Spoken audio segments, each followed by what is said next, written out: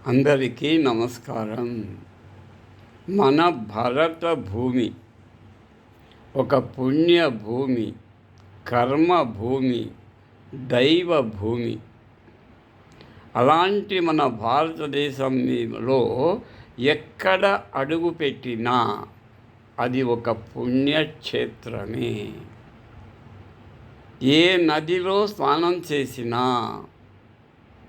అది ఒక దైవ స్నానమే, పుణ్య స్నానమే. ఏ దేశమేగినా ఎందుకాలిడినా పొగడరా నీ భరత భూమిని, నీ జన్మభూమిని. జననీ జన్మిశ్చ స్వర్గాదపి గరీయసి అని చెప్పినది ఒక్క భరత భూమిపైనే.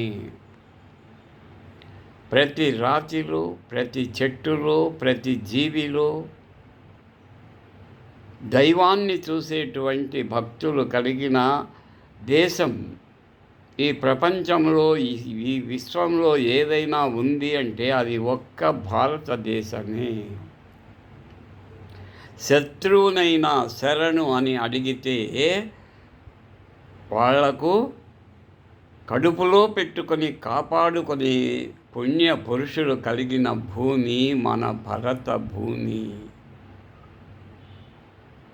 అలాంటి భూమిపై మనము జన్మించినందుకు తల్లి రుణం, ఆ భూమి రుణం తీర్చుకోవడం మన యొక్క ప్రధాన కర్తవ్యం. దైవం ఉన్నాడో లేడో మనకు తెలియదు, కానీ మానవ సేవే మాధవ సేవ అన్నారు కదా.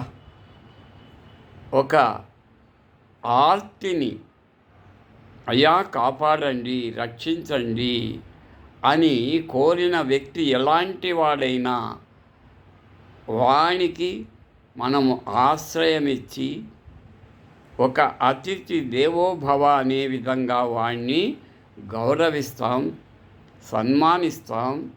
ఆదరించేటువంటి సహృదయులు కలిగిన వ్యక్తులు మన భారతీయులు. ఇలాంటి భారతదేశంలో జన్మించడం నేను చేసుకున్న పూర్వజన్మ సుకృతం. ఎన్ని జన్మలకైనా నేను భరత భూమి మీదే జన్మించాలని దైవ సేవలో నా కర్తవ్యములను నిర్వహిస్తూ నా కర్మలను నెరవేర్చుకుంటూ జీవించాలని నా చివరి కోరిక.